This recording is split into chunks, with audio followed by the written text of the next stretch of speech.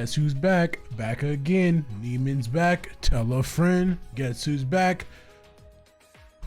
I don't even know why I'm doing this intro, bro. We're back at another episode of Corpse Factory. If you haven't already, please subscribe down below and turn on the notification bell so you don't miss a single time whether I upload or I go live. Also, follow me on all my socials. Follow my Twitter, follow my Instagram, join me on Discord to keep in touch with me and the rest of the community. I'd love to have you. Those links are in the description box down below. Enough talk, time to get into the next episode of Corpse Factory. Please enjoy.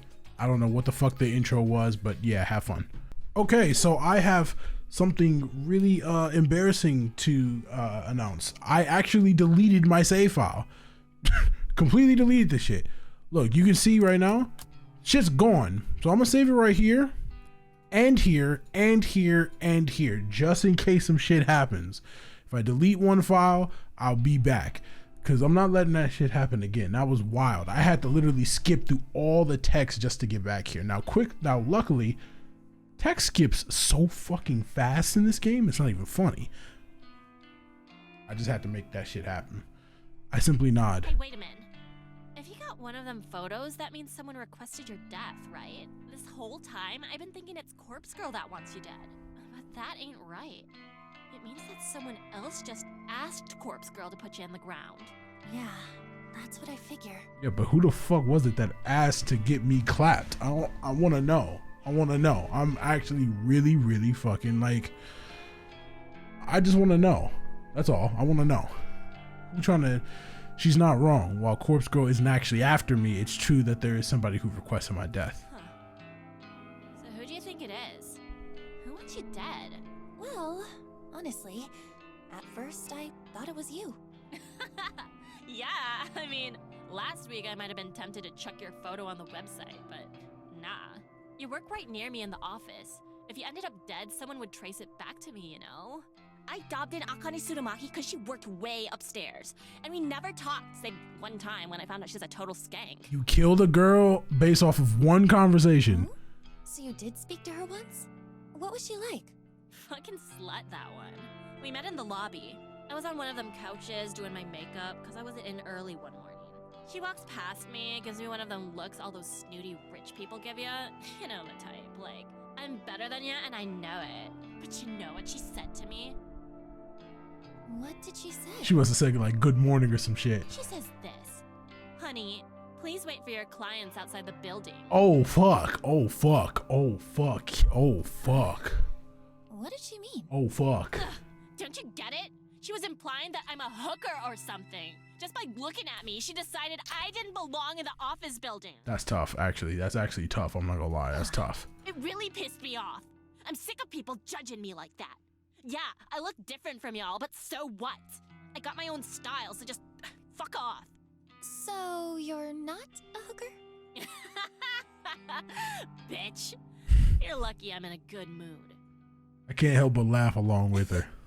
Sorry, I was just kidding. Yeah, I know. You're not so bad, Noriko Kurosawa. Thanks. You're not so bad yourself, Tomoe Watanabe. We share another laugh, and I feel my tense and guarded persona slowly slipping away. This girl, this person that I detested just days ago, did I have her all wrong? We clashed countless times while working together, but now we're suddenly becoming closer. Why is that? It's almost as though some sort of maternal instinct kicked into gear inside Tomoe, and she feels the urge to keep me safe. Is it guilt over Akane Tsurumaki's death? Is it because she's happier overall now that she has a boyfriend? Does dating Shinya make her less pissed off at the world and less eager to lash out? I don't know the answer, but I'm glad we've been able to set aside our differences. Right. Now we've got some tea. Why don't we watch some trashy TV? It's not exactly my preferred way to spend an evening, but Tomoe has welcomed me into her home. We've all but buried the hatchet. It's only fair that I extend a hand of friendship as well. Okay. Trashy TV sounds great. Let's do it. Yeah. Tomoe cheers and picks up the television remote with a quick flick of her wrist. Hey, we're not watching that trashy TV. Oh, next day? Damn. Didn't even say like we going home or nothing, just another dull morning in the office. The chatter of people talking on the phone, the humming of the air conditioner, the tapping of fingers against keyboards. If I didn't have music to drown out the white noise, I'd probably go mad from being exposed to it every day. I don't know how everyone else deals with it. Thanks to a good night's rest, I've been able to work diligently so far. I've completed a few tasks already, but there's still a lot more work to do. As I continue to pulverize my keyboard with thin, brittle fingers, I look out over the office floor to see who's around. Shinya sits at his desk, his expression scrunched up in concentration, and he absent-mindedly scratches his face with the blunt end of a pen. Turning my gaze, I observe the back of Tomoe's head as she works attentively at her computer. She hasn't said anything to me since we arrived at the office this morning. Because I know now that she's not the one who requested my death, I feel more ease around her. And with the photo of my own corpse destroyed, I can put yesterday's unplanned events behind me. I need to be more careful in the future. Forgetting that I planted a photo like that in Tomoe's desk drawer was an oversight I can't afford to repeat. I need to be clever, calculated, cunning. Corpse Girl ambition requires me to be at peak performance at all times. I can't go messing up like that again. I'm lucky that no one else was dragged into the whole mess. Imagine if I did something so stupid when trying to kill a real victim. I would have ruined the entire operation. Taking a deep breath, I clap my cheek softly with both hands. From now on, I'm going to truly focus when carrying out my plans. All I need to do is wait for the next victim to come through the website. I'm ready for it. Finding out the identity of whoever requested my own death shouldn't be my top priority. I'm immune to Corpse Girl's wrath, of course, so unless someone decides to come at me with a knife, I'm perfectly safe. I'll check the website request this evening as soon as I get home. It's too risky to try to access it while at work. With newfound resolve, I nod to myself and look ahead to the end of the day.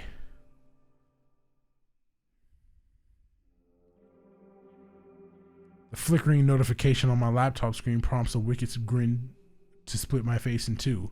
One new request. I don't waste any time before opening up the details of the request. My heart begins to pound and I feel the welcome rush of adrenaline flooding through my body.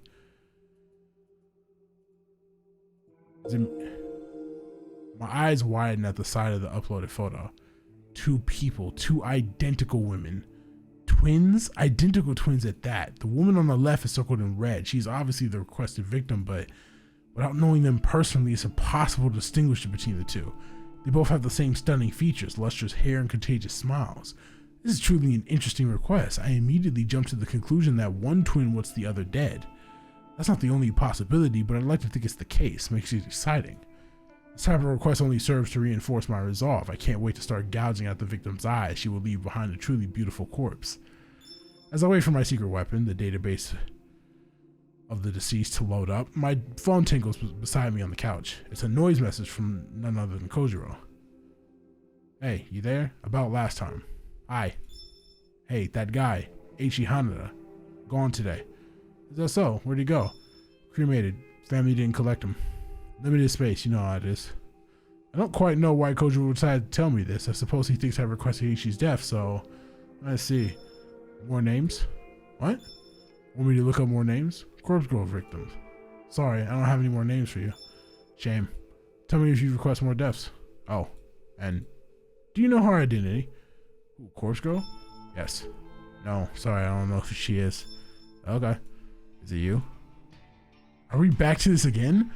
No, it's not me. I'm not as clever as all that. Okay. How did she kill? I'm not sure. Okay. What do you know? All I know is that the victim receives a photo of their own corpse before they die. Everyone knows that. My dog knows that. It's her calling card. You had a request fulfilled. Tell me more. I don't know what else to tell you. Lame. Okay. By the way, I saw the photo. What photo? Eiichi Hanada. Photo on his phone. The calling card. How did Kojiro see it? Sure, he deals with dead bodies, but surely personal possessions are removed from the deceased before they enter the morgue? I need to play it cool here and not invite more suspicion of myself. You could just say it's you. He don't give a fuck. They talk about the photo that Corpse Girl supposedly sends her victims? Yes. Funny thing, was definitely the guy, but photo didn't match cause of death. The photo didn't match the cause of death. I remember crafting Eiichi Hanada's photo, of course. It wasn't all that long ago. I used a base image of a corpse with dismembered legs hanging over a power line. It was a memorable image after all. It made a fearsome sight, but it's not something that could easily be replicated by suicide, or by murder for that matter. So I never really expected Eiichi to wind up looking like the photo. From what I read in the obituary, he died in a traffic accident. He must have been driving, or he was a pedestrian. Either way, it was likely a collision with a vehicle. For starters, cadaver still has both legs. No legs in the photo. Did you know that? No, I didn't know. I haven't seen the photo you're talking about. You haven't? Interesting. So Corpse Girl doesn't share with the requester. Hang on. It's only the victim sees the photo. Here. Koji shares a photo on chat. Sure enough, it's a snapshot of the corpse photo I produced for Eiichi Hanada. He must have copied it from the victim's phone. Photo from Corpse Girl. Compared to this. Another photo shared in the chat. This one I haven't seen before. It's Eiichi Hanada's true corpse sprawled forward in the driver's seat of a wrecked car. I want this. Seeing a genuine corpse photo doesn't come as much of a surprise to me. After all, I've spent countless hours trawling through the database of the deceased. I've seen more than my fair share of destroyed lives. There's not too much blood in this photo. It's kind of lame compared to the gorgeous rendition of his death that I lovingly crafted. It's still not entirely evident what led to Edgy's car collision. This very well could have been a genuine accident. For my own ego, I have to at least pretend that Corpse Girl had a hand in it. Thoughts? The real death doesn't match Corpse Girl's photo at all. Why do you think that is? I felt pretty clever and manipulative by putting the question on Kojiro. I want to lessen the suspicion of my true involvement as much as possible. You're asking me? Well, some theories. Corpse Girl photo is a scare tactic, nothing more, but don't know where photo comes from. She convinces the victim to kill themselves. What the hell? How could his very first theory be right on the money? Just who is this guy? Is he stalking me or something? Does he actually know the truth? Second theory. Corpse Girl comes after victims, but a genuine action happened first. Eiichi Hanada died before she got to him. His second theory is off the mark, but I can see why he came to that conclusion. Regardless, this is the theory I want him to believe. I think the second theory is most likely. Why would someone kill themselves from seeing a photo? Doubting my own methods like this leaves a sour taste in my mouth. Not that simple. A photo is personal and time-stamped adds urgency, realism. It could be effective, especially in someone anxious or gullible. He's right, of course. Although causing death in this manner was never my intention when I first started Corpse Girl's website, it's a possibility that did occur to me when Rui Hatsuno died. Wait a minute, how did you even get these two photos? Now she asks. Police on the scene like to share. More morbid the better. Dead guy with corpse photo on his phone fits the bill. They sent me both photos. We played spot the difference. Disgusting. I never knew police could be so disrespectful to the dead. Well, I can't really talk at the very least. I'm not in that line of work. Anyway, coffee? Huh? Get coffee with me. Unbelievable. This guy wants to meet up and grab coffee. Has this conversation really given him the feeling that I'm interested in him? Does he think we bonded over a discussion of dead bodies? I'm about to tell him no, but some part of me hesitates and holds my fingers. Kojiro has connections. The morgue, the police. It's not inconceivable that he might be a useful tool in the future. At this stage, I'm about 80% sure he doesn't know my true identity. It might be safe to meet up with him. On the other hand, I get the impression that even if he knew who I really am, he'd only be impressed. It's a gamble. It could be beneficial or it could leave me being caught out. I might even get arrested for my involvement in 3 deaths. Though, is what I'm doing really illegal? I'm not so sure, but I don't think a jury would take my side. That's why I have to err on the side of caution at all times. Okay, let's meet. I type the words and hit send before I have any more second thoughts. It might be a fatal mistake, but if I'm clever enough, I can wrap them around my finger and utilize its connections. Cool. Message you tomorrow. Bye. Kojiro status immediately changes to offline. I rest my phone on the couch and look back to the laptop screen in front of me. The smiling, beautiful faces of 2 identical women stare back at me. That's right. I was about to start working on this most interesting request. I still have plenty of time before I need to get to sleep. With this in thought in mind, I set about my task in high spirits. I wonder if both of these girls are about to die because they look like... Fire? Hello? Hello? That's heat. That's getting on here. The tiny balcony jutting out from the side of my apartment is nothing like it was advertised in the real estate listing. When I first saw the misleading photos, I thought it would be spacious and bright, an open air hideaway that I could use to get some fresh air and improve my health. I wanted to set up a tiny garden and grow some plants, nothing that would require a lot of work, but something that could occupy my spare time.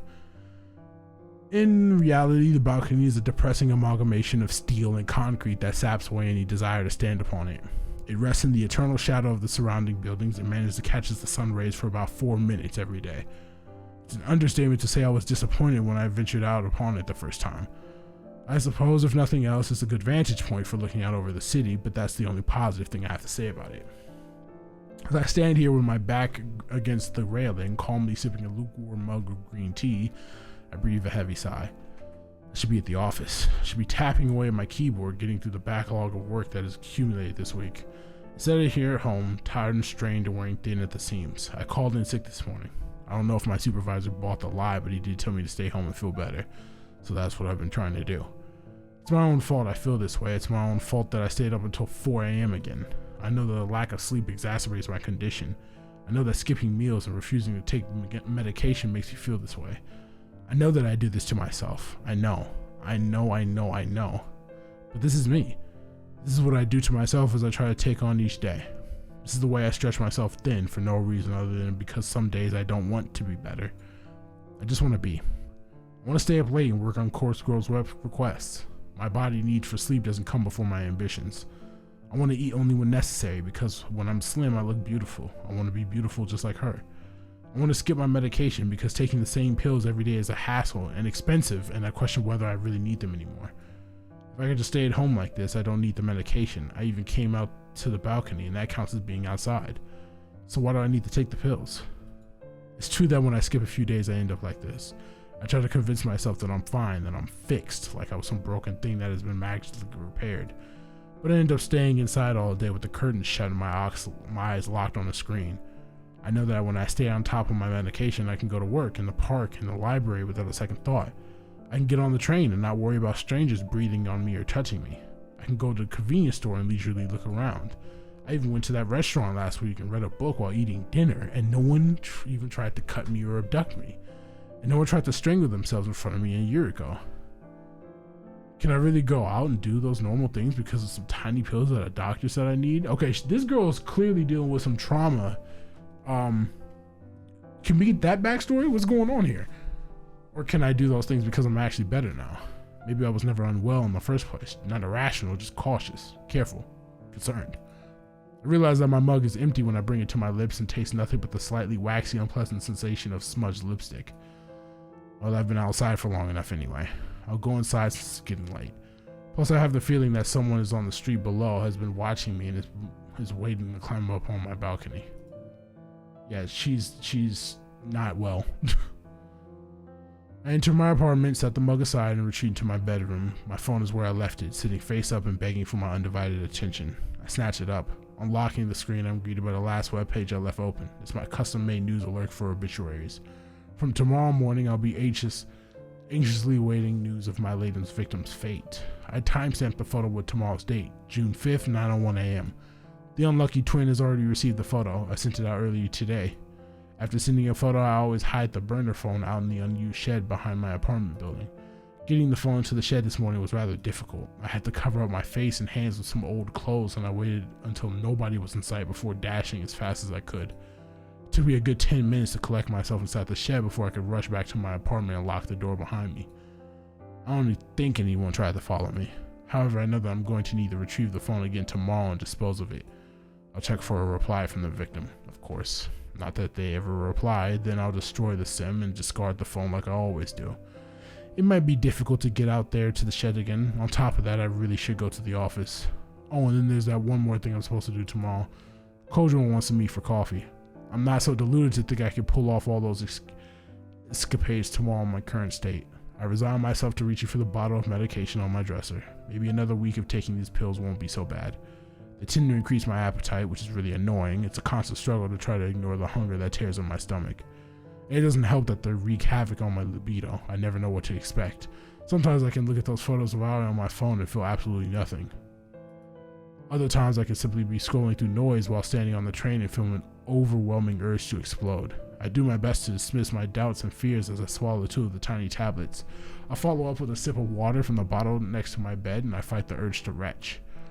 I'll take a shower to freshen up. After that, I should curl up in bed and read. I need to conserve my strength for tomorrow, so an early night is in order. Maybe tomorrow is the day I'll finally be better. Okay, that was actually a really good, that was really cool shit right there for a backstory. What do you mean by photo? What do you mean by photos of Aoi though? No. I can't let you get away with that. What do you mean by photos of Aoi? What type of photos? Are they just normal photos? Or are they... I'm not even getting into that. Did you miss me? Nah, just glad you haven't bit the dust yet. That's so sweet. Tomoe leans in close to me, almost uncomfortably so. Listen, have you had any trouble with Corpse Girl? No, I think I'm in the clear. Well, I guess the time marked on the photo has long passed. Maybe you really are safe. Yeah. Thanks, though. Huh? Thanks for what? For thinking of me. Ah, shut up. Tomoe's face is glowing red with embarrassment. Despite our differences, our interactions regarding Corpse Girl have helped us bond a little. I'm not counting on Tomoe and I having a lasting friendship. Even just quiet peace might be expecting too much. I think it's in Tomoe's nature to want to pick fights with people regardless of whether she's close to them or not. I wouldn't be surprised if we end up quarreling again, no matter how much we learn to respect each other. I'm at my desk if you need me, but don't bother me, you know? She waves and leaves that cryptic statement in the air behind her. I return to my attention to my computer and mark a few tasks on my list as completed. The next person to waddle up to my desk and interfere with my work is Shinya. You weren't in yesterday? Nope. Are you well? Yep. Okay. I've been meaning to speak to you about Sato. Oh, this is fucked. Ollie? Yes, the thing is, I'm kind of in deep water because of her not showing up to work. And then resigning immediately. Yeah, that was fucked. Shit. I was supposed to talk to you about that, actually. Ah, my Kind of boy. slipped my mind. Oh, right. I'm sorry, Shinya. It's my fault, really. I hassled you to get Allie a job. No. I didn't exercise due diligence. I really should have made her come in for an interview. Or I should have spoken to her myself to see if her heart was really in it. When you put it that way... What the fuck? I'm not trying to be callous, but what he said makes sense. Listen, you couldn't have known it, but Allie struggles a bit day to day. I'll just say she has some anxiety issues and leave it at that. Anxiety, huh? Don't tell anyone I said that. I was under the impression she's been doing a lot better, but maybe I was wrong. I guess we all have our hidden struggles, right? Right. If only he knew. Then again, maybe Shinya struggles too. Maybe dating Tomoe is his cry for help. Maybe he's going to snap one day and come into the office with a knife. Or maybe he'll discover Corpse Girl's website and request Kotomi Ida's death in retaliation for ending his career. Who knows? I can't read this guy as well as I initially thought. For the longest time, I was under the impression he had a crush on me, so what would I know? Anyway, I hope Sato feels better soon. Maybe Shinya didn't deserve that, bro. Maybe.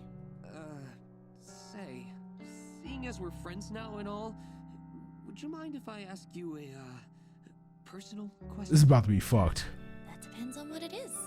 It's related to, This is really fucked. intercourse? This is really fucked. My face scrunches up at the word. I don't like the direction this conversation is heading in. Shouldn't this be something you talk to your girlfriend about? Yes, you're right. But I can't actually speak to her about it. You're really the only other friend I have, so... Shinya's face takes on a dark expression that's far more depressing than what he just said. I feel bad for the guy. Well, what's the question? This is about to be fucked. If, hypothetically speaking, if someone pressures you into, you know... Sex? His face turns red and innocent. Yes. Cooked. That. If someone pressures you into it and you really don't want to do it, what should you do? Say no. Firmly and loudly. No one should make you do things you don't want to do. That's not even a bad question. My boy is fried. Of course. I feel that my answer didn't give Shinya the comfort he's obviously seeking. Is Tomoe pressuring you into going all the way? No, of course not. She would never... Never mind. It was foolish of me to bring up this topic. I'm really sorry, Noriko. Please, forgive my lack of professionalism. Shinya bows to me deeply, his face parallel to the floor. He quickly turns the scuttles away before I get the chance to say anything else. What was all that about? Could Tomoe be pressuring him? I wouldn't put it past her, but something doesn't feel right. She seems really smitten with him. Would she really push him like that?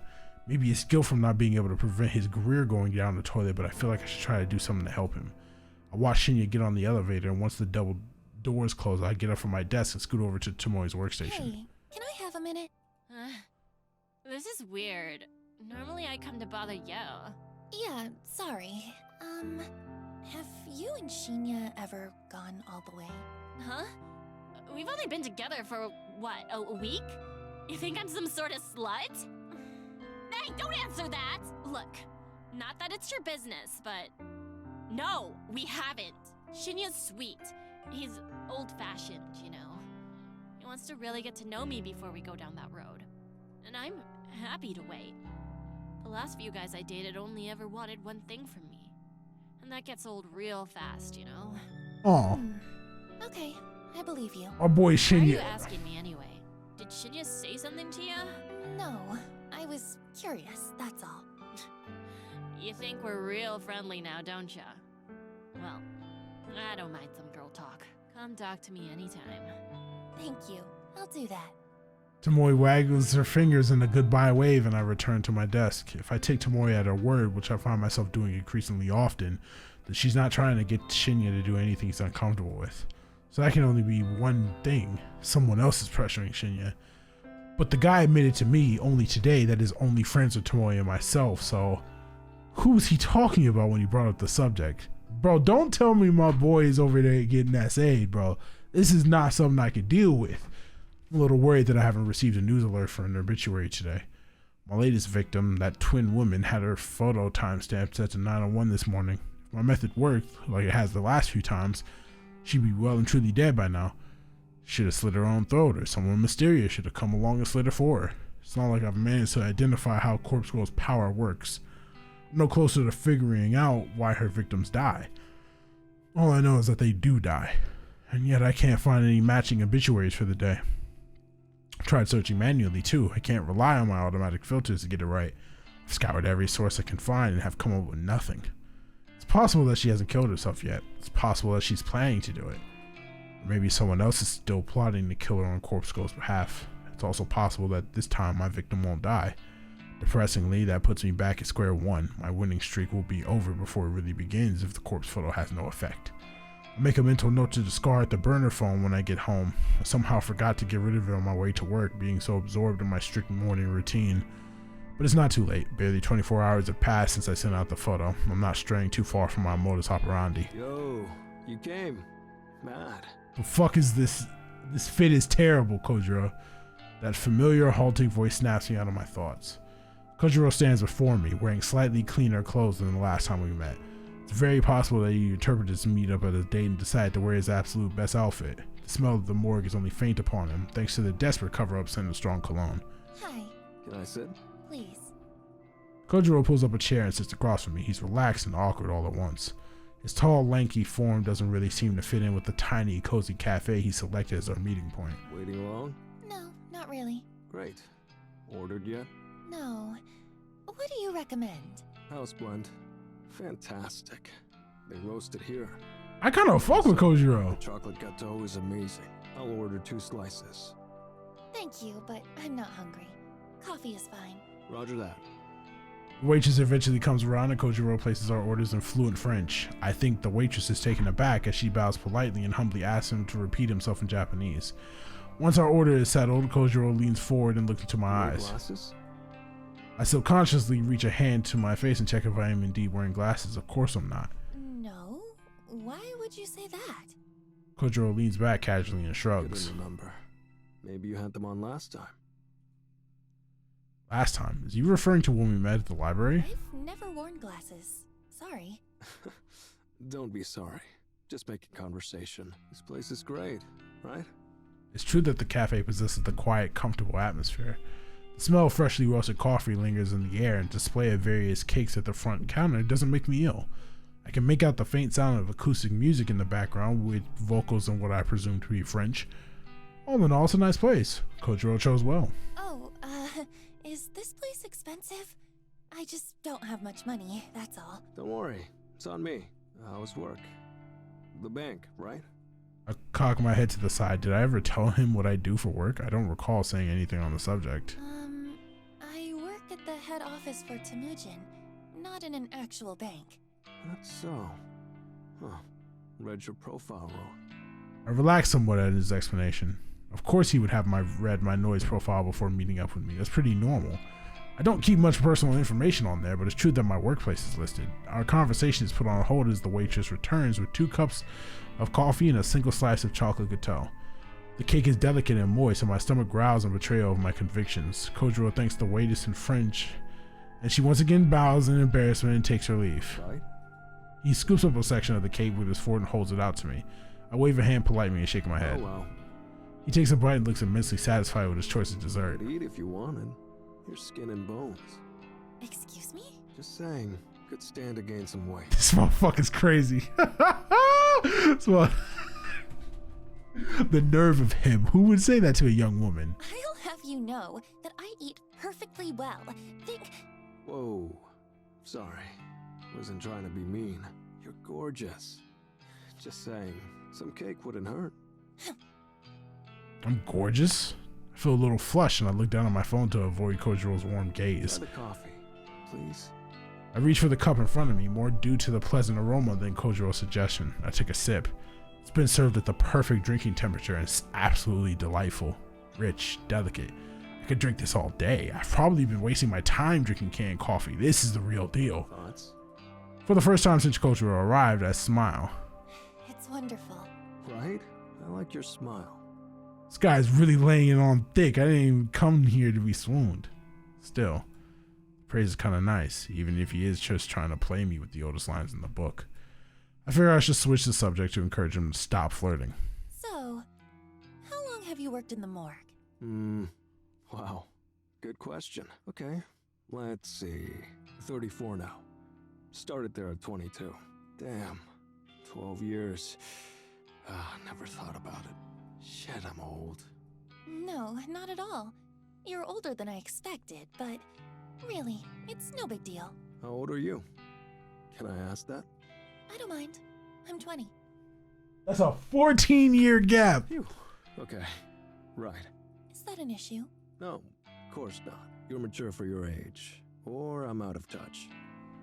You're out of touch. I can't help but giggle. Wow. Okay. He laughs it off, but I wonder if I did hit a nerve. Did you date an older guy? This guy's... And there it is, straight to the point. Boy's cooking. How do I answer a question like that? Good question. I've got no issue with age, but I don't really know if you're my type. And if I can be honest, there is someone I have feelings for already. That's so. Unrequited love, huh? Something like that. Props can't compete with that. This guy is fucking cool. That's okay. You're stunning. Out of my league. Thrilled to be friends if nothing else. Kojiro's a real... He's just like me for real. Sounds nice. He's just like me for real. He's just like me for real. He raises his coffee cup in a toast and takes a sip. Maybe I had him wrong. He might be a bit more mature than I gave him credit for. If he can take rejection without pressing the point, that speaks a lot about his character. So, Corpse Girl. Interesting, right? How does she do it? The photos, the killings, all without knowing the Vic's name. Yeah. Wonder what her death count is. 3, 4 if I'm lucky. I try not to say this aloud. Eiichi Hanada. Car crash. Was it planned? Got the brake line. Drugged. I have no idea. Sorry. But you requested his death. Yes. I did lead him to believe that. I'll have to continue to go along with it. And for no personal reason? That's right. Brutal. Don't request my death, okay? We'll see. His face lights up, almost as if he's impressed with the ambiguous answer. Excited even. Maybe I should try the site. Request a death. Know anyone who deserves it? Sorry, not off the top of my head. Neither. Maybe you should request me. I'm dying to know how it goes down. You know, maybe you shouldn't mess with this stuff. What if you really ended up dead? I can protect myself. I mainly want a corpse photo. How does she do it? Oh, by the way, you read that book I gave you? You mean Strange Flower? Bingo. I'm halfway through it. Wow, fair effort. It's long. Thoughts? It's interesting, I won't lie. Nobel Sinclair is a sicko, right? Right. He's not all there. Halfway through, huh? So, has he dined with the dead? Yeah. Who was it? His school teacher, I think. He dug up her body 2 days after she died, and then dressed her in his mother's Sunday best. Yeah. Took the corpse out for Italian? I can imagine the waiter's reaction. Classic. Kojiro seems to really enjoy reminiscing about the book. The story is definitely interesting, but the way he's laughing at it makes me a little worried. Then again, the guy works in a morgue, so maybe the whole scenario is just comical to him. Oh, that's it there. It takes me a second to realize what he's pointing at. Sure enough, the book in question is sticking out of the top of my bag. Pass it here. I want to show you a funny passage.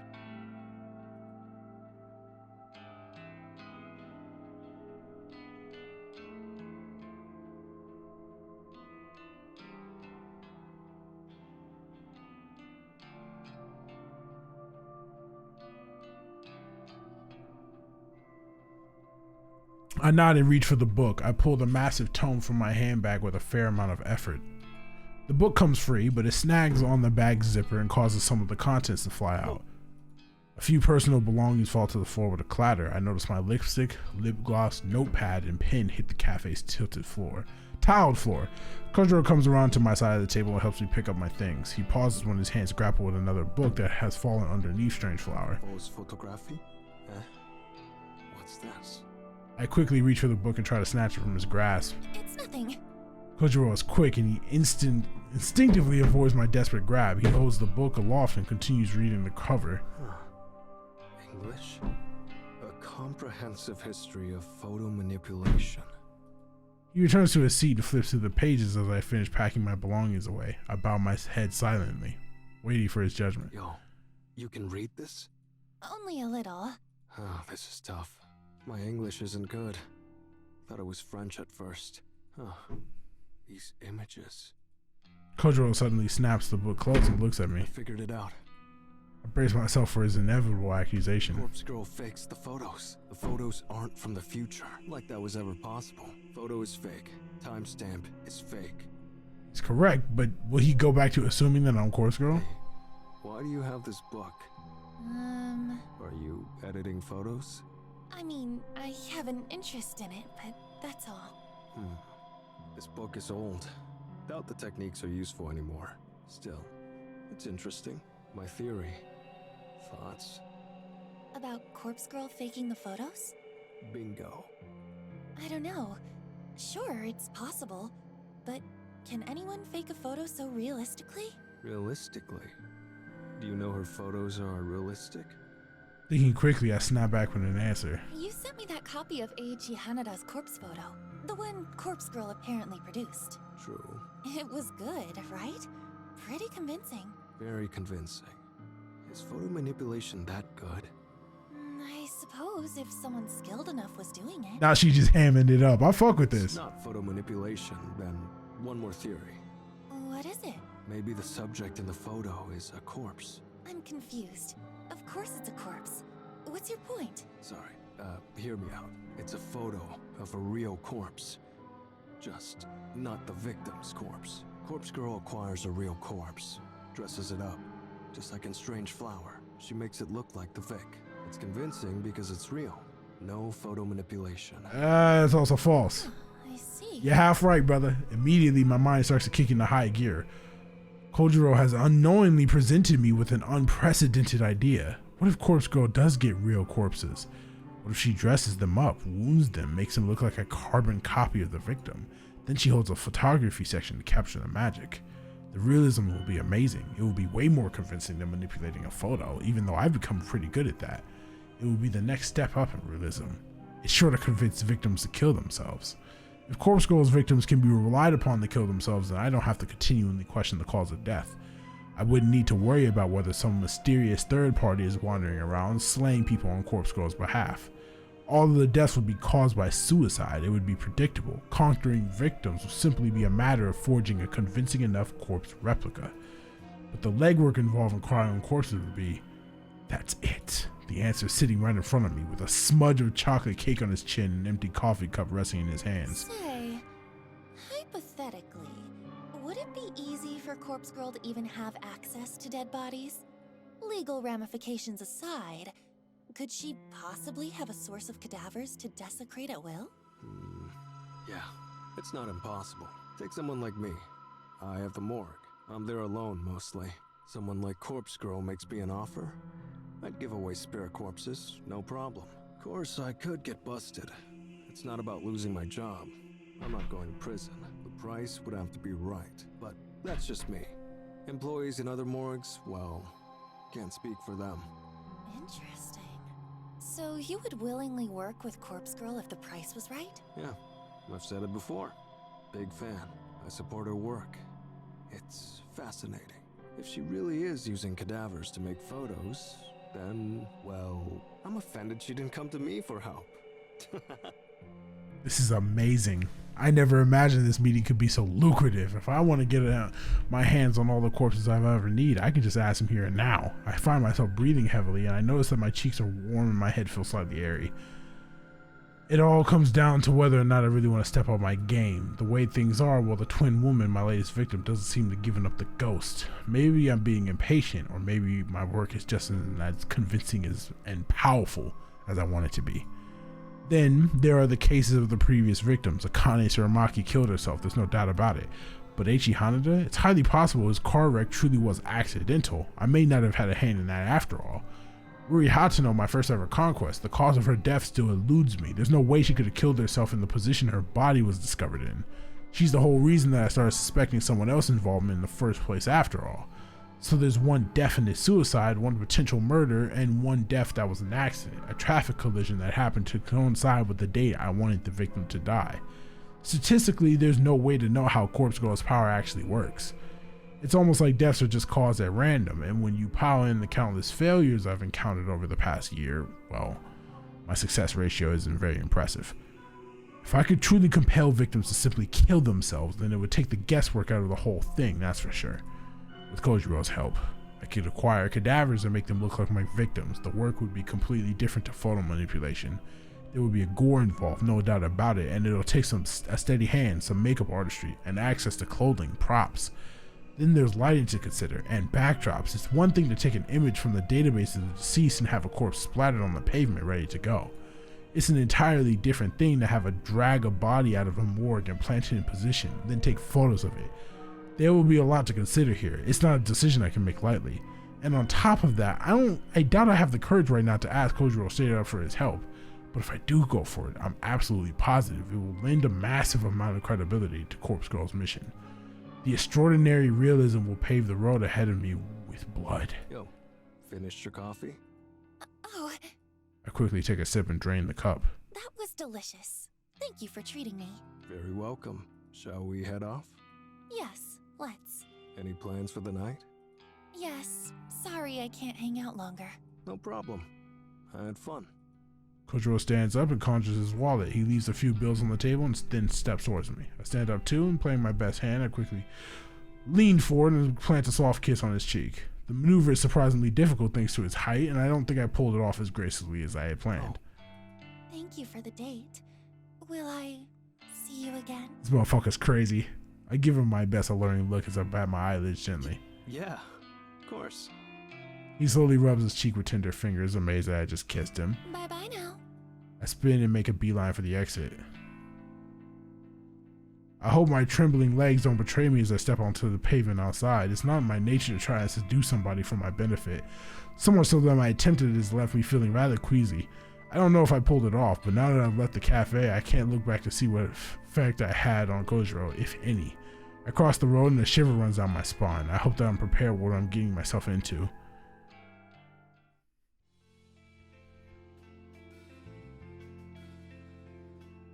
Why the fuck are we at the mall?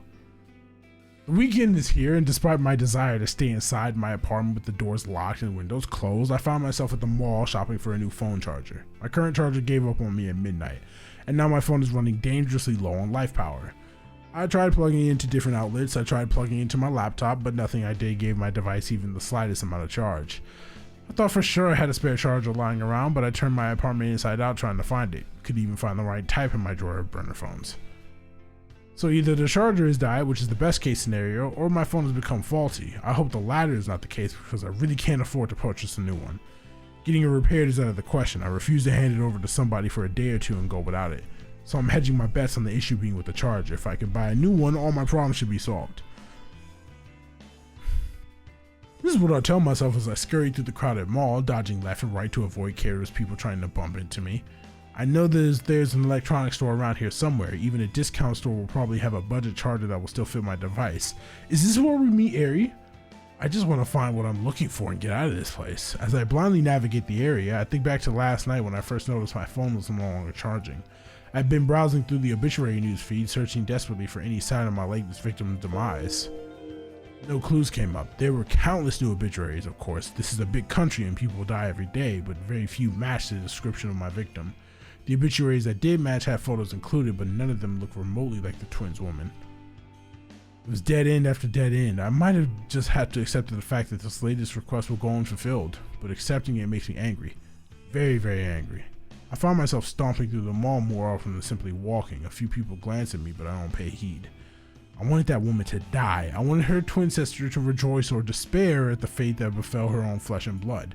I wanted her to feel the photo of seeing her own corpse in a photo.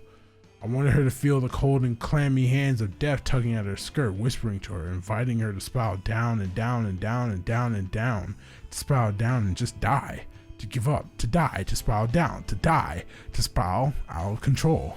I wanted her to die. I wanted her to die. I wanted her to die. Spiral down, down, down. Why didn't you die? Why didn't you die? Noriko about to go crazy in this mall. My head is foggy, my senses blurred, my face hot, my hands cold. I repeat the mantra through gritted teeth. Why didn't you die? Why didn't you die? Why didn't you die? There's no way this is actually happening. I fall to my knees and scream at the top of my lungs. Haha! Why didn't you die? This is insane. This is some insane shit to just do in the middle. This reminds me of those memes where it's like, yo, I just saw somebody fall to their knees at Walmart. This is what she did. Why didn't you fucking die? Erica Harlatcher is doing a great job, by the way. What the hell? Damn, she's having a full meltdown. Can we get a security guard down here, please? Die, die, die, die, die, die. Is she going to kill somebody? I'm scared. I'll kill her. Bro, you gotta relax, Noriko. You gotta relax. I taste blood in my mouth. My tongue is numb. My teeth chatter. I'll find that twin bitch. I'll find that twin bitch. I'll find that twin bitch. I'll kill her myself. I'll kill her myself. I'll kill her myself. Kill her. I'll kill her. Bro, All right, that's enough. a strong hand pulls at my shoulder and my face hits the ground. Hard. My arms are restrained behind my back and all I can see is my blurry vision is the checkered tiled floor of the You're mall. coming with me. My limb forward is tugged backward and my head lost to the side. I shut my eyes and let the blackness envelop me. What the fuck just happened? A stinging cold ice pack bites against my cheek and rudely awakens me from my stupor. I don't know where I am. I don't remember why I'm here, but the sudden chill spreading across my face is nice, almost soothing. I realize that somebody, a tall man, is holding the ice pack to my cheek and he motions for me to take hold of it myself. I reach a sluggish hand to grab the ice pack and continue to press it against my skin. The man walks around the chair I'm seated in and stands behind a simple wooden desk to face me. You can imagine my surprise when I recognized you. Huh? Opening my mouth in an attempt to call causes a dull ache in my jaw. I apologize for treating you so roughly. The only reason I haven't called for the police is because I want to give you the opportunity to calm down and explain yourself. This guy, I know him, but from where? Oh, of course. It took me some time because I'm not used to seeing the security uniform. This is Kenji Ogawa, the very same guy who lives in my apartment building. The nice guy who greets me in the stairwell. The father of sweet little Momo. Mr. Ogawa? Ah, so you odd completely out of it. Where am I? This is the mall security office. You caused quite a scene, Nariko. Why is bro so close to the microphone? You don't remember. Well, give it some time. I'm sure it'll come back to you. I try to think hard about the circumstances that led me here. I remember something about visiting the mall to buy a phone charger, but I don't think I ever found the store I was looking for. Some kind of anger or fear or something, some familiar primal emotion got the better of me. Listen, Nariko. I've always thought you were a sweet girl. And Momo looks up to you, you know. Please, tell me that you're just not feeling well. Please tell me the things you were screaming aren't true. The things I was screaming. An image of a smiling woman flashes in my mind, a twin woman with beautiful features and lovely hair. The victim, the one who didn't die. That's right, I remember now. I lost my cool. I became so overwhelmed with frustration that she didn't die. I must have broken down and unleashed my anger here right in the mall. Stupid. This is all because I went outside. I went somewhere I don't normally go. I'm usually fine about going to the office. It's familiar. The convenience store is fine too. In fact, my whole meticulously planned morning routine rarely bothers me. But the shopping mall, what was I thinking? I haven't been keeping up with my medication. Even if I was on top of it, going somewhere out of my comfort zone is always a risk. I need to start regulating my intake, taking a pill or two every other day or when I feel like it isn't going to help me. Skipping days at a time and just popping a few in my mouth when I need to leave a house isn't what I'm supposed to be doing. I need to follow the guidelines. I need to keep a strict schedule when I take what. Damn it, Noriko. I'm supposed to be calm at all times. Stoic, unflinching Noriko. What the fuck am I doing? Nariko, you still look a bit flustered. Do you want to lie down for a bit before talking to me? No, Okay. Well, do you want to explain what happened? no. I never took you for a troublemaker. Please, Nariko. I'm begging you. Don't make me call the police. You were screaming about killing somebody. You were manic. You can't just act like that in public. You scared 100 people just trying to make their way through the mall. You scared me. A knock at the door causes Kenji to flinch. Ogawa, may I enter? Yes. Please come in, Mr. Fujikawa. The metal door separating the security room from the real world opens with a screech. A broad, intimidating man enters the small room, displaces all the air inside. I feel like I'm going to suffocate. This her? Yes, sir. She's calm now. Indeed. The man, who seems to be some sort of detective, looks me up and down with a sour expression. Miss, your name? I don't answer him. I see. Sir, if I may, this is Nariko Kurosawa. She's an acquaintance. Is that so? An acquaintance? Well, that speaks volumes about your personal life, Ogawa. Sir. Leave us be. I wish to talk to her. How the fuck did this happen? Yes, Mr. Fujikawa. Kenji bows, his grim smile cracking under fear as he exits the room. The detective, or whatever he is, towers over me. He pulls out a badge from inside his jacket and flashes at My me. name is Fujikawa. I'm a detective, an investigator for the Tokyo Metropolitan Police Department. You must understand that we take death threats very seriously in the police force. Huh? Excuse me, but Kenji said he didn't call the police. Kenji? Ah, Ogawa. Well, never mind what he said. I was here already in regards to another case. I happened to witness your little outburst. Ogawa was kind enough to allow me a moment to interview you personally. Right. So, what do you want to talk about? Okay, get control of the situation. We gotta get our ass up out of here. Listen, if I were in your shoes, I'd drop the sardonic act. I have reasonable grounds to arrest you here and now. His voice drips with pure venom. This guy isn't joking around. I squirm a little in my seat and remove the Colt's eye pack from my face. Miss Kurosawa, would you please explain to me who you are threatening to kill? A wave of dread washes over me as the reality of my current situation starts to sink in. If I don't fly straight and narrow here, I might be in for a world of I trouble. apologize for my actions. I wasn't feeling like myself earlier. I regrettably skipped my medication recently. The medication excuse. I'll play along. Were you hallucinating then? No, sir. Not exactly. I need to come up with something and quickly, or I'm not getting out of here anytime soon. See, I recently had an altercation with a coworker about a guy we both like. The detective rolls his eyes at me. Go on. I guess I was a little upset about our fight, and really, we're actually quite good friends, so I think a combination of that and missing my medication caused me to get a little too upset and say some things I don't really mean. Mm-hmm. And how do I know you're not dangerous? Are you carrying any weapons, Miss Kurosawa? Might get out of here. Weapons? No, of course not. We might get out of here.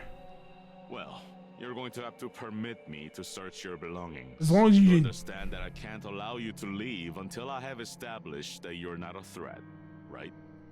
The detective lurches forward and roughly grabs my handbag. Hey!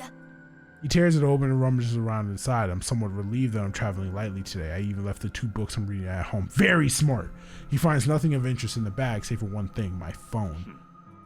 He taps the screen, toggles the power button, and smacks the phone against his open palm. Is this broken? I realize that the last drop of battery power must have finally drained. I'm probably lucky for that fact. If he found certain things on my phone, I might be in trouble. It's not like I keep corpse photos on there. That's what my collection of burner phones is for. But there are certain things that would be incriminating if they fell into his hands. My noise chat log with Kojiro, for starters. And then there are those images of Aoi and Tomoe and the famous singer that had her phone hacked and her private photos uploaded to the net. Aoi knows I have her photos. She's okay with it. Tomoe Tomoe doesn't know about hers. That would be hard to explain. The singer, on the other hand, was part of a big scandal a few months ago. Probably half of Japan has seen her photos. So I'd rather keep my personal matters completely private. I don't want this asshole looking to my affairs. The battery is dead, sir. Where is your charger then? I don't have one with me. He grunts and throws the phone to me, and I barely manage to catch it with my brittle, skeletal, clumsy fingers. Wait here. I need to make a call. He leaves the room unceremoniously, and I hear the scraping shriek of a steel deadbolt locking the formidable door behind him. I breathe out and try to calm my nerves. I look down at the phone in my hand and see my mirror image counterpart peering at me in the black reflection. I don't look as good as I normally do. My makeup is smudged, which is strangely becoming more and more common for me. I think I've gained some weight. My gaunt face seems fuller somehow, and my prominent cheekbones are softer. This girl staring back at me, she's not wholly familiar. Is this Noriko Kurosawa? Is this Corpse Girl? I look like some aberration, some sickening concoction of myself, and some person I don't fully recognize. I don't understand how I could have gained weight. I've been eating less. Maybe the canned coffee I consume religiously contains more calories than I realize. I'll need to cut down immediately. A sour taste rolls around on my tongue. I swallow it reluctantly. I feel ill at the sight of myself. The steel door swings open, and Fujikawa stomps in like an angry toddler. Well, the precinct claims you don't have a prior record, Miss Kurosawa. That's good news for you, I'm sure. But it's a fucking pain in the ass for me. I flinch as his apparent anger and recoil sliding in my chair. Bro wanted to arrest somebody so bad. You're free to go. However, I'll remember you. Another incident like this, and I'll have you in for a psychological assessment faster than you can blink. I could do nothing but nod as a way of relief washes over me. Get your things and get out of here. Oh, for the love of God, go eat something. You look like a starving child. Fujikawa spins on his heel with force and once again leaves me sitting alone. I take a minute to collect my thoughts before picking up my belongings and shoving them into my handbag. As I leave the security office, I spot Kenji standing outside the door. He bows his head meekly. Take care, Noriko. Yeah. He doesn't lift his head as I walk away.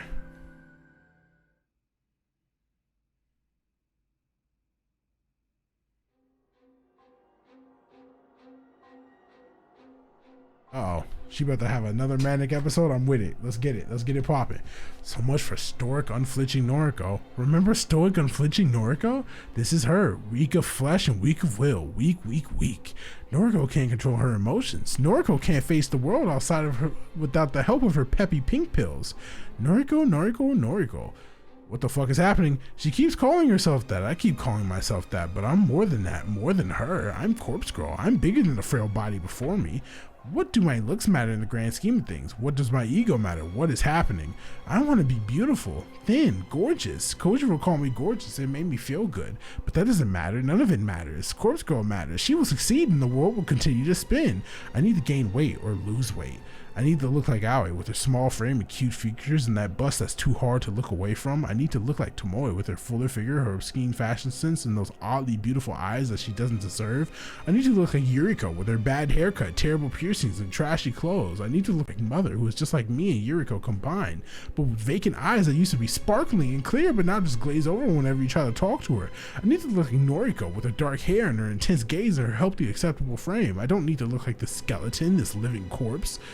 I don't need to look like this physical embodiment of hunger and longing and lust and fear and stress and anxiety and uncertainty, ambition and exhaustion.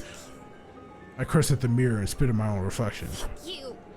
I clench my fist until my nails dig and tear and pierce in my flesh, letting blood trickle between my knuckles and drip out to the carpet. I don't want to be you. I'm better than you. I'm better than you. I'm better than you. But I am you. I am Corpse Girl. It's what I always wanted. It's that sense of belonging that I always sought. It's that feeling of home that I reclaimed after home was lost.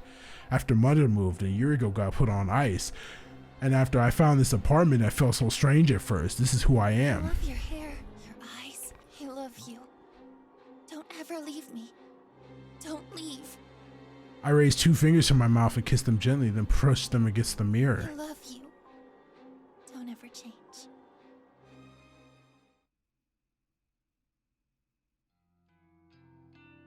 Please tell this woman to take her pills now.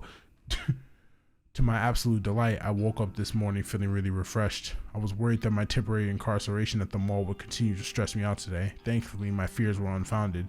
I spent the early morning cleaning up my room. I had to use some elbow grease to get a few specks of blood out of the carpet and to clean a bit of lipstick off my mirror. I even took my medication with a tall glass of water, and I didn't skip the pills I don't like this time. It will be some time before I feel stable, maybe even a few weeks, but the fact that I'm already taking steps forward has done wonders for my mood. Today is the day to stay inside and work on me. I can't have another incident like yesterday. I can't break down in public and put myself at risk. I can't break down at home again and feed on my insecurities and anxieties. I need to be strong for Corpse Girl, for me. With my room now clean, I decided to spend a little time tidying the rest of my apartment. As I work, I make myself a new mental checklist of commitments, Noriko's promise list, if you will. Commitment number 1, I'm not going to lose my shit if a victim doesn't meet their demise. Just because that twin woman didn't kill herself and doesn't mean I'm a failure. I had 3 successes before and I'll have more successes again. I just need to try harder, work harder, refine my methods and keep moving forward. And I'm not at dead end yet. I have a trick on my sleeve after all. Kojiro's connection to the morgue may very well be the ace I need to win. Commitment number 2, I'm going to improve myself. I won't say that I'll fix myself. I'm not broken, not yet. I'm going to improve. I'll keep up with my medication. I'll keep up with my social life. That means keeping in touch with the few friends I have, Aoi, Shinya, and even Tomoe. I'm going to eat a little more. Not much more because I want to stay slim, but enough to give me more energy and more motivation. I don't want to be weak anymore. Commitment number 3, the last one. I'm going to get over Aoi. I love her. I've loved her since high school. In those days, she always stood by me. My insecurities and anxieties never pushed her away. She knew what I was going through, what I still go through, and she could relate to me. She has her own compulsions and anxiety to deal with, so I can't lean on her like I used to. Instead, it's my turn to help her out. But I will move on from obsessing over her. She isn't ready for a relationship, and she explained all the reasons why when she rejected me so long ago. Clinging to the hope that one day we'll be together isn't good for my current state. I need to be moving on, moving forward. I need to let go. She is and always will be my dearest friend. I'll always love her, but I will let her remain as simply my friend, and I will find someone else to call a lover. This last commitment really makes me feel like a weight has been lifted off my chest. Instead of obsessing over Aoi, spending countless nights lying in bed looking at her photos, thinking about her in odd hours of the day, instead of all that, I'll be able to move on. Even if it takes some time, I found someone who wants to be with me. There are plenty of fish in the sea, as they say. I can't say there's anyone in particular I have my eye on just yet. My social circle is pretty limited after all. Shinya is a guy I'm simply not interested in. There's no spark there and there never will be. Tomoe, as irritating as I find her, is oddly alluring to me. I don't like her clothes or makeup or the whole aesthetic she has built for herself, but some part of me would kill to spend a passionate night with her. Then there's Kojiro, that weird, awkward, strange alien creature that I just can't wrap my head around. He said I'm gorgeous. He really said that.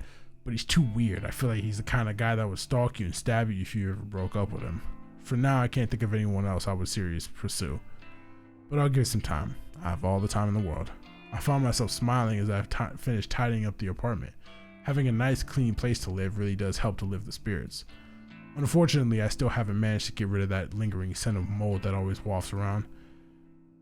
It's a musty odor that seems to be ingrained in the very walls of the apartment building for at least as long as I've lived here. I know it's not coming from my apartment because it's pretty easy to smell from downstairs too, and as far as I can tell, my place is completely mold free. I might not be the best at cleaning, but if nothing else, I keep disgusting mold out of my home. Still, the occasional odor aside, my place is clean and cozy now. I lay down on the couch and stretch my body, letting my taut muscles stiffen and then relax. The day is still early, and it feels good that all my chores are already complete. The icing on the cake is the fact that Corpse Girl has 2 new requests sitting patiently in her inbox. I logged in earlier and saw them, but decided to sort out my cleaning first. Now I can reward myself by spending the rest of the day working on the new requests. I can hardly contain my excitement at the prospect. 2 requests to work on is better than I could hope for, and I'm sure at least one of these new victims will fall. My positive attitude will go a long way to ensure my success this time. Unable to restrain myself anymore, I snatch up my laptop from its charging point next to the couch. I flip open the lid and gaze at the photos I had downloaded earlier. My 2 new victims. Fresh blood. The first one is an older male, maybe in his 50s, typical business type. He might as well be a clone of every other nondescript man you see on the subway, at the supermarket, on TV. If I had to guess, I'd take a leap and say his miserable wife wants him out of the picture. Maybe she's unhappy with their finances, or she's having an affair, or she's just tired of his clone face and his clone personality. Regardless, someone wants this unremarkable man removed from the face of this unremarkable world. The second victim is much, much more interesting. Two things strike me as noteworthy about this photo. Firstly, the cleavage, of course. Secondly, the image is a photograph of a photograph. Somebody has snapped a picture of an actual physical photograph and uploaded it to the site. The photograph is in good condition, as though its owner values it above all else. A signature is scribbled across it in white ink. It's an autographed photo of someone who is perhaps moderately famous. I don't recognize the woman in question, and the signature is such a mess I can't make out even a single kanji in her name. Regardless, I would be willing to bet that a disgruntled fan is requesting her death. If she's an idol or a singer or an actor, it wouldn't be unheard of for something like this to happen. A fanboy gets to meet her a few times, they shake hands in events, whatever, he asks her out and she politely declines, and then the obsession begins. If the fanboy can't have her, no one can. Kill her. Kill her. Well, that's the theory I slowly pieced together as I examined some of the finer details of the photo. The reasons behind the request don't matter. They never matter. I'll kill them all the same. I'm going to work on the woman's photos first. I'll timestamp her photo with tomorrow's date and send it to her this afternoon. I should give her about 24 hours to give up on life and light herself on fire.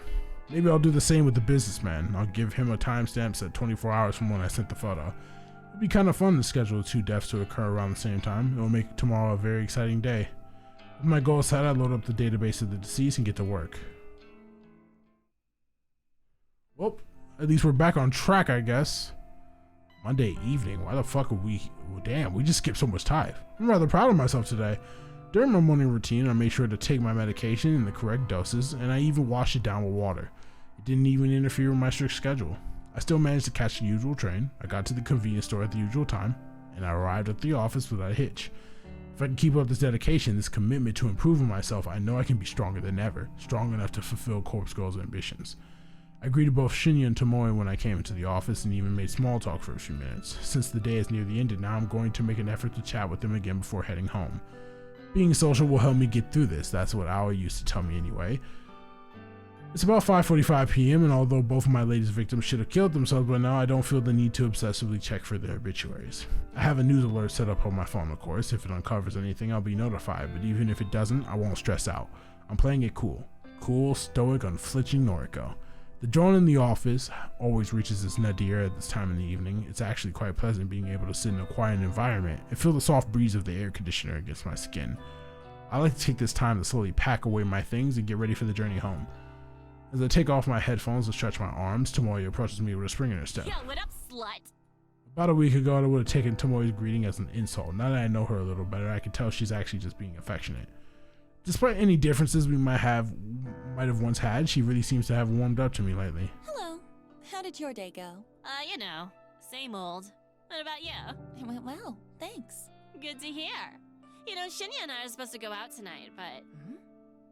What's wrong? Hasn't he seemed, like, kinda off today? He can barely look me in the eye. Really? I spoke to him this morning. He seemed okay. You don't reckon he's seen another woman, do ya? Huh? Another woman? That's crazy. Some fragment of memory, some glimpse of a murky recollection flutters around the corners of my mind just out of reach. Shinya and another woman. Something is on the tip of my tongue, but I can't quite formulate my thoughts. Shinya isn't the type to cheat, though, so... I don't know. Cheating? No, Shinya wouldn't do that. He was so nervous when he spoke to me about being pressured into sex. Oh, that's it. The memory that is flirting around the edges of my consciousness is coming to the light. Shinya spoke to me about hypothetically about being pressured into sex. He said Tomoe wasn't the one pressuring him, so who was he talking about? Is this something I should talk to Tomoe about? If Shinya really is having a hard time and acting differently around Tomoe, then the relationship could really be in trouble. But is it even my place to say anything? Shinya spoke to me in confidence. He's my friend, but Tomoe is my friend too, and she seems genuinely worried about him. I take a deep breath. This is just office drama like usual. Noriko would normally reject it all and ignore these people. She wouldn't have given it a second thought. But that's unhealthy, anxious, scared, weak Noriko. I don't want to be that girl anymore. I can be more than that. I'm improving day by day, and part of that improvement involves being more social. It's good for me, right? Shinya and Tomoe are my friends. People want their friends to be happy. That's normal. That's normal. That's normal, right? I think so. Therefore, I want them to be happy. Together. I swallow hard and speak my mind. Tomoe, I think that Shinya may be involved with another woman. Fuck! Wait, why? What? Are you serious? Listen though, It's not exactly how it sounds. He came to me a little while ago and asked what to do if someone pressured him into sex. I know that you're not the one he was referring to, so I think he may be in trouble. I think someone else might be forcing him to do something he doesn't want to do. What the fuck? He spoke to you about it, but not me? Tomoe, he seemed really depressed about it. I think he wanted to resolve the situation without having to worry you. Yeah, I get what you mean, but who the hell is trying to seduce him? I'm afraid I have no clue about that. Sorry. Okay, Noriko, this is some good shit. That's fine. Thanks for telling me this anyway. Now at least I know something's up with him. I'm gonna speak to him. I'll make him cough up what's what. Are you sure that's the best thing to do? Yeah, cause I'll let him know that I'll take care of everything. If some bitch is putting the moves on my Shinya, I'll smack him into the ground. Let's fucking go. Okay. Of course. I don't know why I ever doubted you. I don't know why. Tomoe might be the best character in this fucking game. Tomoe grins despite her obvious frustration and gives me a thumbs up. Thanks, gang. I'll keep you updated. Okay. Good luck. She spins on her heel and leaves me behind. I think I did the right thing. Surely Tomoe will get to the bottom of the situation.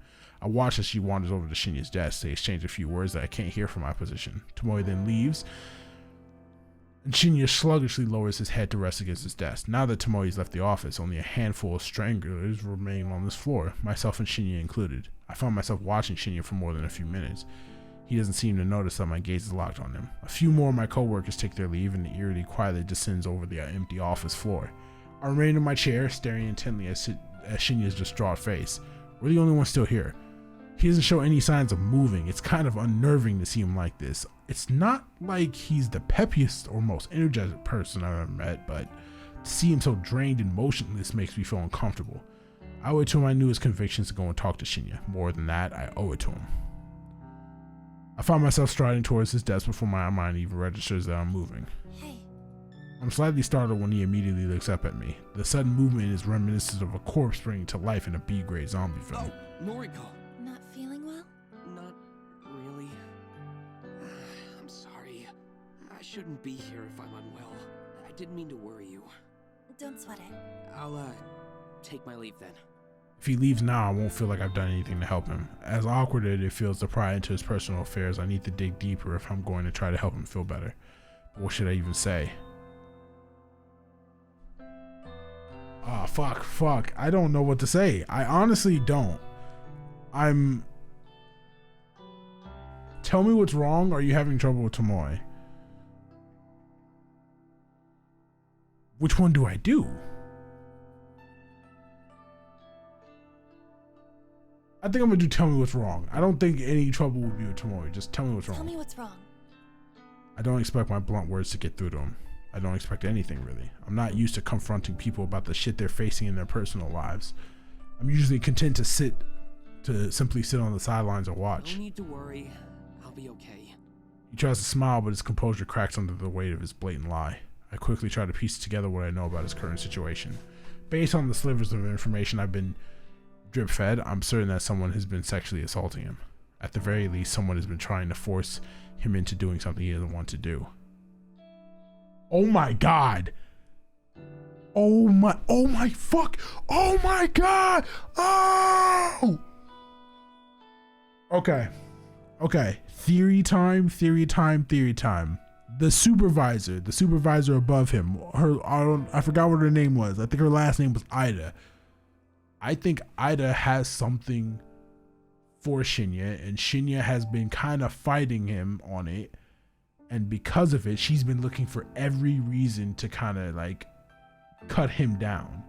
The fact that his career got halted just because Aoi didn't show up to work one day is kind of insane. Like, the story made a point to point out how fucking outlandish it was just for that shit to happen. It's gotta be her.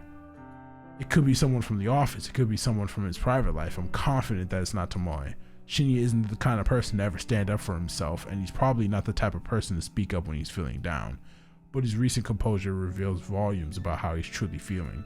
Whatever the situation is, it's painfully obvious that Shinya is a victim. Whatever is happening in his life is not his fault, and he's too proud or stoic or embarrassed to seek help even from his own girlfriend. If I don't put one foot forward and cut to the chase, chances are Shinya will never build up the courage to ask for help before it's too late. Someone is sexually assaulting you, right? He doesn't say anything. He doesn't even flinch, which I have to give him credit for. This is a guy that couldn't keep from blushing the last time the word sex was mentioned around him. Yes. His calm response and even calmer demeanor divulges his inner turmoil. I see. I don't know what to say next. I see probably wasn't the best starting point, but I truly am at a loss for words. He confessed so readily, and I expected more resistance. Can you tell me who it is?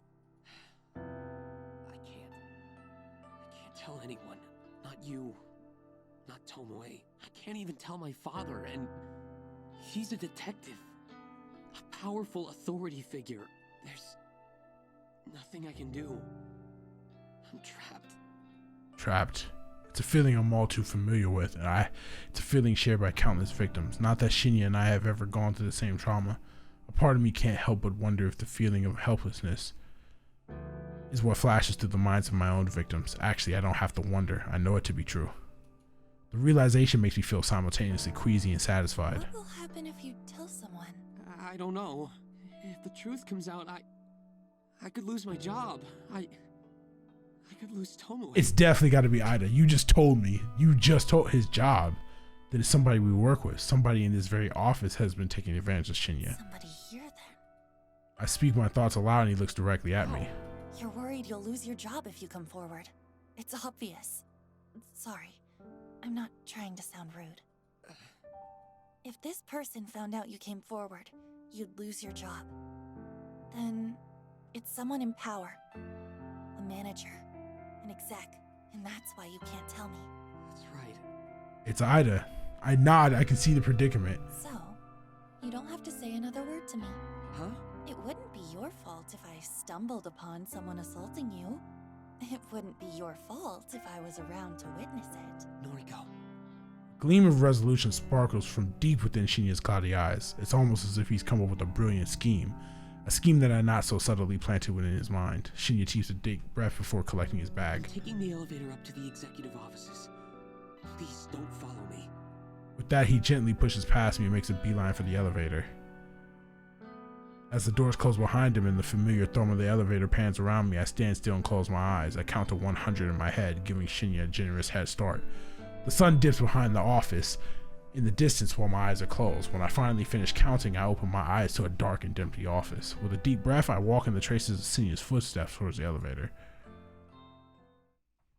Fuck, now I gotta lock in. I've never been to this level of the building before. What reason would I have to visit the executive offices? When execs have business with junior staff, they descend from this lofty perch and grace us with their presence on the 14th floor. I'm surprised you came to see me again. I fucking knew it. A woman's voice from nearby catches my aggression. It's a hush yet aggressive tone, like the whisper of a venomous serpent. Are you finally going to let me have my way? I creep out of the elevator, hoping against hope that the ding of the elevator's arrival wasn't noticed by the owner of the unidentified voice. Stop it. That was Shinya's voice. I creep around a corner and catch a glimpse of two bodies at a nearby desk. I fucking... Come on now. I fucking knew it. Bro, I'm telling, bro,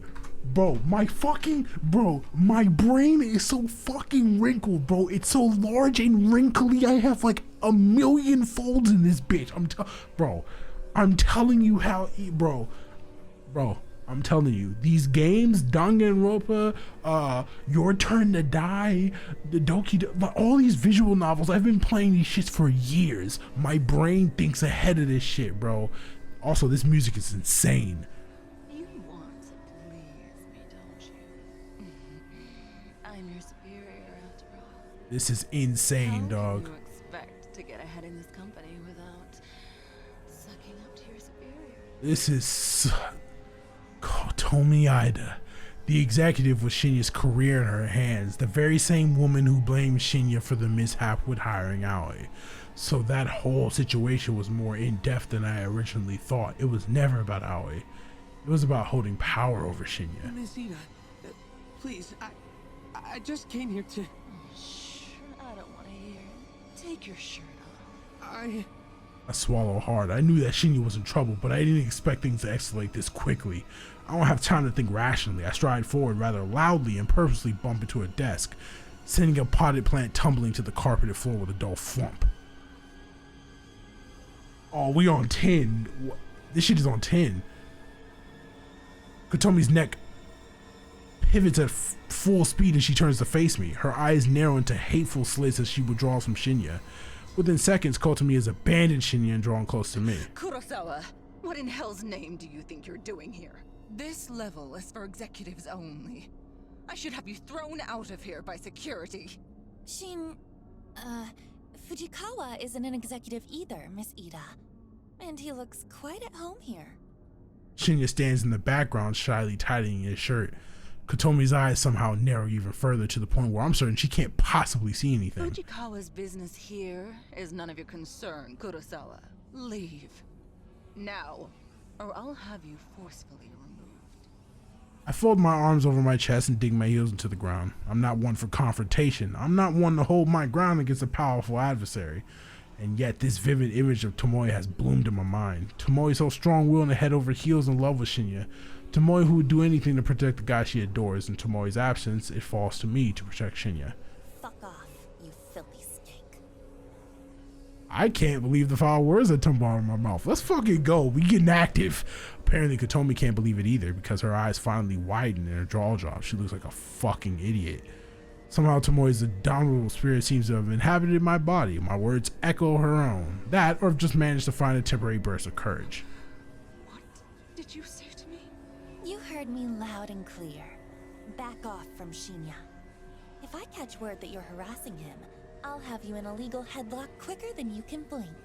You don't even know what you're talking about. Trust me, I know enough to bury a dirty slut like you. Kotomi grits her teeth and a vein protrudes from her forehead. Without another word, she simply pushes past me. Her shoulder slams into mine, but by some minor miracle, I manage to hold my ground. I hear her footsteps fade away as she leaves the floor. I exhale sharply and a wave of dizziness suddenly washes over me. Noriko, that was amazing. I nod and sway a little, then take another deep breath and rebalance myself. Happy to be of assistance. I can tell Shinya doesn't know what to do next. He looks like he wants to hug me, but given the gravity of the recent situation, we both silently decide that's not the best idea. Instead, he settles for patting my shoulder with his hand. Thank you, Noriko. Thank you so much. I don't know where you get your courage. Perhaps I could stand to learn a thing or two from you. This music is pissing me off. What's happening? Don't sweat it. I'm going to go home for now. I hope that's okay. Of course. Why is the music... What's happening? Shinya smiles for the first time in a while, and he releases his hand from my shoulder. After he's gone, I collapse to a nearby chair and listen to the frenzied sound of blood pounding through my veins. Okay, but what does this do? Okay, so what does this do? Steam and suds fill my vision as a pleasant torrent of hot water sprays across my body. The tiles on the shower wall are polished to a pearly sheen, so much so that I can see my own hulking and beautifully ugly reflection in them. The shadow in the reflection has a dark matted hair in her eyes. I don't know if she can see me like I can see her. I wipe my hair from my eyes and stare into space, trying to shake this abstract thoughts from my mind. It isn't until my phone springs to life from the bathroom countertop that my thoughts return to the present. I startle at the noise. I peer through the shower glass door, but it's impossible to make out the name flashing on the phone screen thanks to the steam that has fogged up the glasses. Always the only person who regularly calls me, so it could be her ringing, or it could be a spam caller trying to sell me something I really don't need, but I may just cave in and buy it anyway because it's a nice feeling that someone thought to call me. Open the shower door and tiptoe out, my wet and dripping body causing pools of water to form on the bathroom floor. A deft hand snatches up my phone and I clutch it to my chest as I retreat back into the shower. The water never stopped running, and it greets me with a welcome warmth as I bask in it once more. My phone is a fairly new model, so it's conveniently waterproof. I take advantage of this feature on occasion. It's nice to be able to submerge myself in water and browse the web to truly escape my own thoughts. Heavy droplets smack against the phone and dribble down, but my eyes ignore them as they scan the screen. The incoming call is a voice chat request from noise user Koji. Kojiro is calling me? I answer the call. Noriko? Hey. Hi. Good time? Sure. Bad. Wanted to tell you something. I saw a post on... This call has static. Sorry, it's just the shower running. Oh, in the shower? Yeah? Huh. Okay. Well, sorry. Really, it's fine. What did you want to tell me? Okay. Saw you post a noise chant today. Posted this afternoon. Noise Might chant. interest you. Message Boy's noise channel is often affectionately referred to as noise chant by certain frequent users. I'm not really surprised that Kojiro was the type to call it that. What was the post about? Well, someone wrote this. I quote, "Hey, so today I got a strange gore photo from a number I don't have in my contacts." Continuing, "Not sure what the deal is. It was gross though. Wondering if any hackers can trace the number or something?" End quote. Thoughts? Strange gore photo from a number I don't have in my contacts. Sounds like Corpse Girl has struck again. Right? Thought the same thing. I wonder who wrote the post. Kojiro mentioned the post was written today, and the original photo wrote that they received a photo today. That means it can only be one of two people, either of my latest victims, the carbon copy businessman or the attractive semi-famous singer, idol, actor, whatever woman. So, who wrote this post anyway? Don't know. Anonymous. Of course, it was a stupid question. No one would attach their name to such a strange Was post. hoping you could tell me. How would I know? Well, you're Corpse Girl, right? This again? Kojiro just doesn't let it slide. Why does he suspect me now? What did I do this time? Okay, we can discuss later. Oh yeah, the original post has a reply. It does? I'll read it too. Quote, "You got this too? Was the gore photo a picture of yourself? I'm worried. Received a similar pic from the same number. Kojiro got us cooked, bro. I'm not gonna lie. Thinking about contacting the police. Not sure if I'm overreacting." Oh my god, this is the same shit that Eri read about the website before she requested a death. End quote. So the first post received a reply. Interesting, very interesting. Both posters talked about receiving a photo. That can only mean that one of them is the boring businessman and the other one is a semi-famous woman. However, the fact that they've taken the discussion online instead of just slitting their own throats is rather troubling. Were the photos not convincing enough to make them kill themselves, or not enticing enough to summon another entity to snuff out their souls? Was this attempt just a repeat of the failure I had with a twin woman? Anyway, enjoy your shower. Let's talk tomorrow. Corpse Girl. Cooked. Before I can interject, Kojiro ends the call. Shit, he's once again assuming my true identity. He's assuming correctly, but that's beside the point. Maybe it doesn't matter too much. Maybe this will actually save me some time and effort. If he already knows I'm Corpse Girl, it should be easy to strike a deal with him in exchange for access to a fresh supply of cadavers. That is, if I decide to walk that path and take this game to the next level. Thinking it through, I may very well have go ahead and do that. My last 3 victims have not ended their lives as I planned. My success rate is very, very low. That is a depressing fact, and one that the old Noriko would probably have thrown a tantrum over, but not me. Not new and improved Noriko. I turn off the running water and step out of the shower. A shiver scuttles down my spine like a spider as the cold, damp air clings to my naked form. Throwing my phone onto the bathroom counter, I reach for a towel and wrap it around my corpulent and emaciated body. The thick flab of my skeletal arms jiggles as I dry myself on. When I'm satisfied that my fleshy, cadaverous body is completely dry, I grab a second towel and wrap it around my hair. A cursory glance in the mirror as I leave the back room reveals my gaunt face and prominent cheekbones. I get the feeling that even though I've been gaining weight, I am thinning out more and more. Although my body isn't perfect, I'm still in love with my eyes. I wouldn't change a thing about them. While my frame is simultaneously grows plumper and slimmer, I hope my eyes will always stay the same. I flick off the bathroom light as I exit. Entering my bedroom, I sit down on the bed with a towel around my body and another one around my hair. My laptop is lying open on the sheet, so I pull it towards me. A few clever keywords in a search engine quickly leads me to the post on Noise Channel that Kojiro just informed me about. Sure enough, he was telling the truth. The original poster submitted this just today, and the follow-up reply was submitted shortly after. I skimmed through the text to see if there are any clues about either post's identity. However, nothing really stands out. I'll retain my assumptions that my 2 latest victims create these posts. I spent a little time applying various moisturizing creams to my skin before getting dressed in my bedwear. I'm feeling pretty relaxed by the time I finish. Perhaps I'll spend the rest of the evening reading a book in bed. Or I could try to plan out my next move with Kojiro. Should I come forward, claim my identity, and request access to his morgue? It's a big step. This seems to be the time for me to make a bold move. I can't keep working on requests that are doomed to fail. I need to start succeeding. For me. For Corpse Girl. I pull my laptop to me once more and begin to brainstorm my plans. This game is fucking nuts, dog. We'll be back at this tomorrow. It's getting really good. It's getting really fucking good. This episode was actually insane. And if you haven't already, please subscribe to the YouTube channel down below and turn on the notification bell so you don't miss a single video or a single live stream. Also follow me on all my socials. Follow my Twitter, follow my Instagram, join my Discord to stay in touch with me and the rest of my community. I'd love to have you. Those links are in the description down below. I ain't got nothing else to say. I'm gonna get up out of here. Everybody stay safe, stay healthy, and as always, we move. I'll see you next time.